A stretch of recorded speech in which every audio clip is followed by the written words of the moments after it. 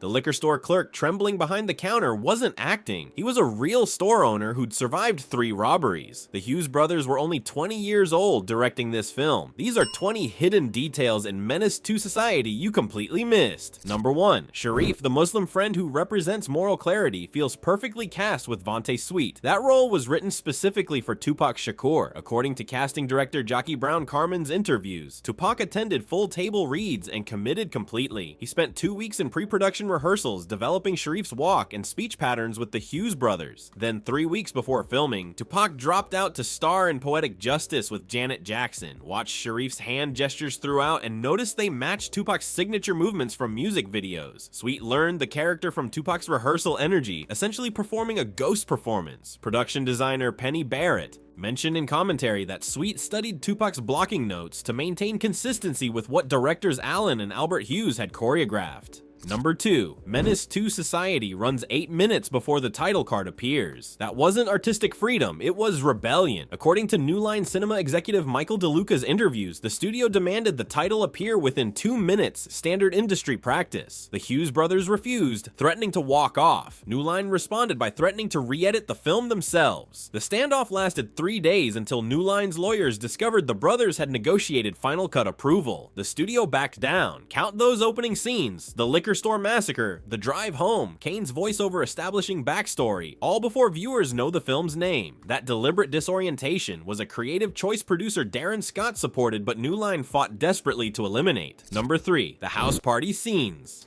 And street corner crowds feel unnervingly authentic because roughly 30% of extras were actual Bloods and Crips members. According to production manager Billy Higgins' accounts, the LAPD required on-set presence for the entire 6-week Watts shoot because active gang members were being paid to appear on camera. The production hired gang consultants specifically to prevent territorial conflicts. Security coordinator James McTagg revealed in a 2003 interview that several extras arrived with real weapons that had to be confiscated. Look at the background faces in crowd scenes featuring Tyron Turner and Lorenz Tate. Those aren't acting class graduates. That's genuine street energy from people who lived in this world, making some cast members genuinely uncomfortable during filming. Number 4. The original cut ran 152 minutes. Test screenings in Pasadena revealed a massive problem. According to editor Christopher Kofod's commentary, a graphic intimate assault scene caused 27 people to walk out, with 6 demanding refunds. New Line executives immediately threatened an NC-17 rating, which would kill commercial prospects. The Hughes brothers fought for 3 weeks to keep the footage, arguing it showed brutal street reality. New Line won. 18 minutes were removed, including extensive substance use and the assault. Director of photography Lisa Rinsler mentioned the deleted footage showed a darker vision test audiences couldn't handle. That footage still exists in New Line's vault, never released, fundamentally changing the film's tone from what Alan and Albert Hughes originally intended. Number 5. Lawrence Tate's performance as O-Dog carries genuine menace. It came from 3 weeks of dangerous preparation. Tate was 18 years old, fresh from family television like The Royal Family. According to community liaison Don Baker's accounts, Tate spent 3 weeks living in Watts before filming, attending real gang funerals with neighborhood guides. He changed his walk, voice, and eye contact patterns completely. Co-star Tyron Turner mentioned in DVD commentary that Tate made the entire cast uncomfortable with how fully he inhabited O-Dog's psychology. Watch the scene where O-Dog watches the liquor store surveillance tape. That detached amusement isn't acting technique, it's an 18-year-old who processed real violence with the Hughes brothers' guidance, then channeled it into performance. Number 6. New Line Cinema gave the Hughes brothers final cut approval because executives expected a small urban market release. Then the Sundance Film Festival screening happened. According to Variety's coverage, the Park City audience gave standing ovations. Word spread through industry networks before New Line scheduled wide distribution with producer Steve Nicolaides. Suddenly, executives realized they had a crossover hit, but the contracts guaranteed final cut. New Line couldn't change a single frame. Studio memos later leaked show executives demanding reshoots and alternate endings. The Hughes brothers refused everything. The film New Line, dismissed as niche, was becoming a cultural phenomenon, and they'd accidentally given 2 20-year-old first-time directors complete creative control. Sometimes studio miscalculation creates art instead of commercial compromise. Number 7. The midpoint carjacking sequence includes footage that feels grainier and more raw because it's real. According to Lisa Rinsler's technical commentary, the Hughes brothers purchased actual LAPD surveillance footage from a 1992 carjacking case after the trial concluded. The victim's terror is unperformed because it's documentary evidence. The production had to match the surrounding fictional footage to the grainy black and white surveillance aesthetic. Watch the quality shift when the scene begins, the fixed camera angle, the authentic fear. Christopher Kofod mentioned cutting between real surveillance and staged footage with Tyrone Turner was technically challenging because frame rates didn't match. What audiences assumed was stylistic choice by Alan and Albert Hughes, but it was actually legal evidence inserted into fiction. Number 8. Ronnie's devastating speech to Kane, warning he'll end up dead or in jail, carries raw emotional weight. It wasn't scripted. According to the Hughes Brothers commentary, Jada Pinkett Smith wrote the entire monologue the night before filming. She'd lost friends in Baltimore to street violence and wanted Ronnie's character to speak from genuine grief rather than Hollywood convention. Pinkett Smith brought handwritten pages to set that morning and asked to try her version. Watch Larenz Tate's face during that scene. His reaction is genuine surprise because he'd prepared for completely different dialogue. The camera kept rolling 40 seconds past the scripted endpoint because the emotional truth Pinkett delivered was too powerful.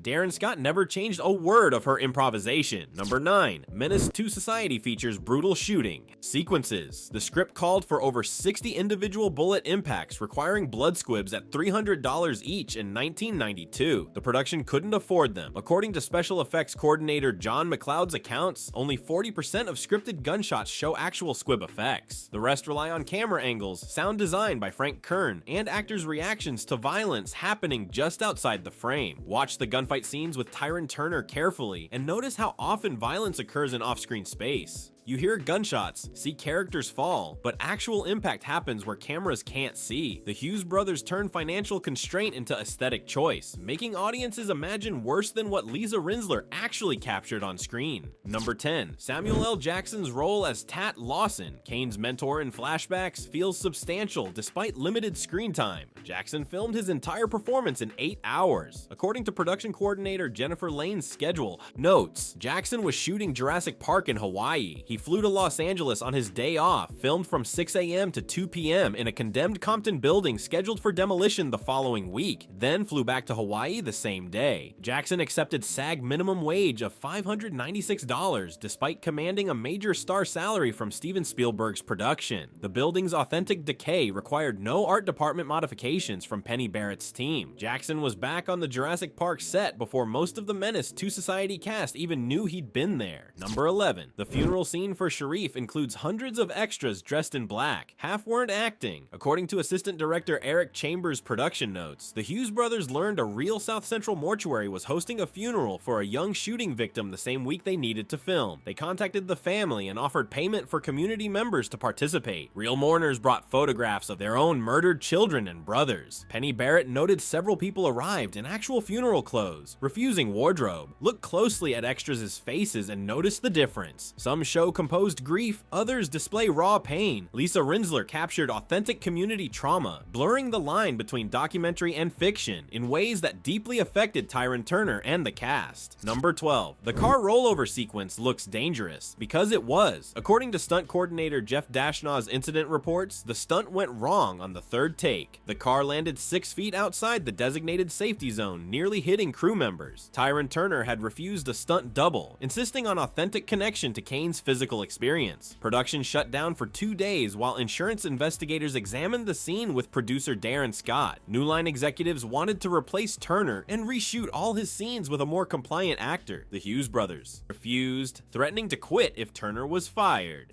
Watch the landing angle in the final cut. It's clearly off trajectory. The dangerous take made it into the film, and Lisa Rinzler captured Turner's genuine fear.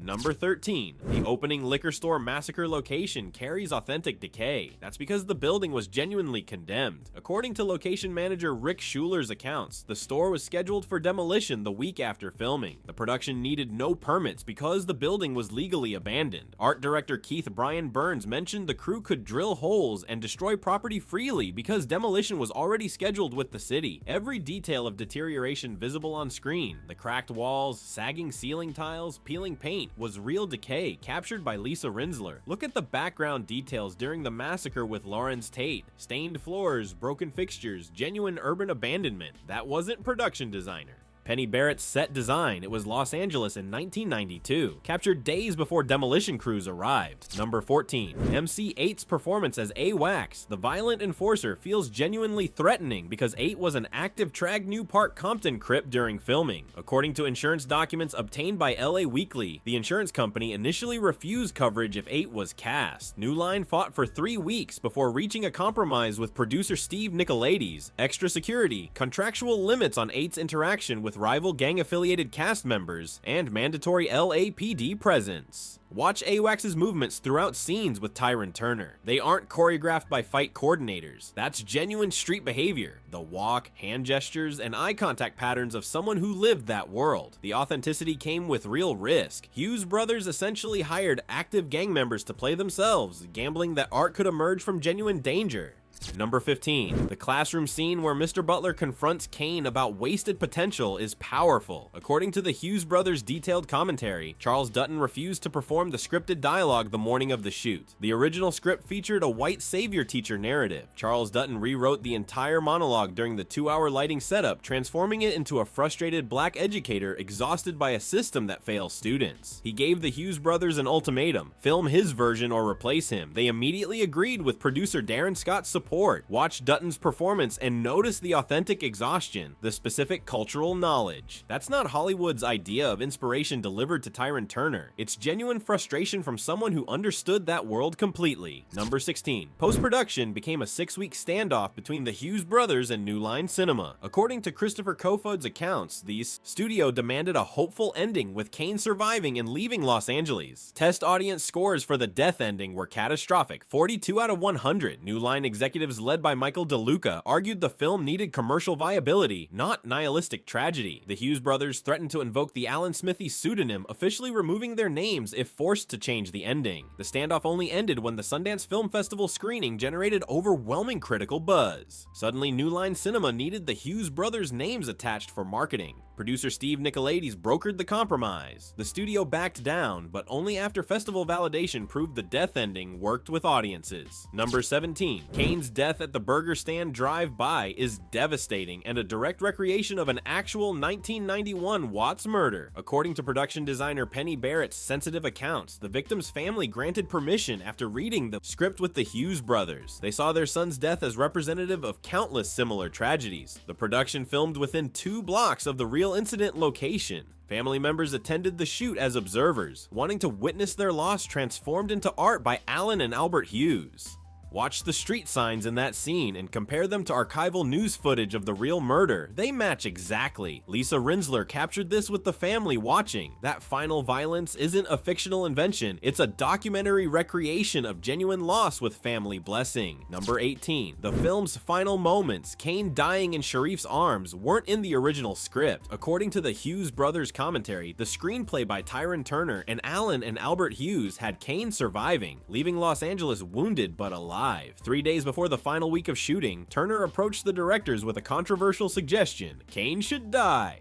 Turner argued that survival would betray the film's entire thesis about the inescapable nature of street violence. The Hughes Brothers rewrote the ending over one weekend with Christopher Kofoed's input. Watch Vontae Sweet scream over Kane's body. That wasn't scripted or rehearsed. Sweet's grief reaction was genuine, responding to Turner's performance in real time. Darren Scott supported this last-minute creative instinct completely. Number 19. The soundtrack features MC8, Spice One, and other West Coast rappers. But notice who's missing. According to music supervisor Karen Rackman's interviews with The Source magazine, every artist selected had to pass gang affiliation screening. Ice Cube was excluded despite his Boys and the Hood success because of perceived Crip associations that might alienate blood-affiliated theater audiences in South Central. Death Row Records artists were blocked entirely due to Suge Knight's connections. Darren Scott insisted on a gang-neutral soundtrack to prevent theater violence. The strategy worked until the film's 3rd weekend, when 2 shootings occurred at theaters in Oakland and Detroit. Those incidents weren't soundtrack related, but resulted in some chains pulling the film anyway, costing New Line Cinema an estimated $8 million in box office revenue. Number 20. The video store where Kane and Ronnie rent movies wasn't a set, it was a working Blockbuster Video in Inglewood. According to location manager Rick Schuler's accounts, the store agreed to after-hours filming for $2,000. During the second night of shooting, the production was interrupted when 3 armed men entered through the back door, mistaking the film crew for actual employees. They demanded money from the register before realizing dozens of people with cameras were present. The robbers fled before anyone could react. LAPD arrived within minutes, but never caught the suspects. The Hughes brothers kept filming that same night after police cleared the scene. Watch the background in those scenes with Jada Pinkett Smith and notice genuine nervousness on extras' faces. That's residual fear from the real robbery attempt. Menace II Society isn't just a film, it's preserved testimony of a community in crisis. The Hughes brothers captured authentic street energy by hiring real gang members and filming in condemned locations days before demolition. Which hidden detail surprised you most, and what film should we open next?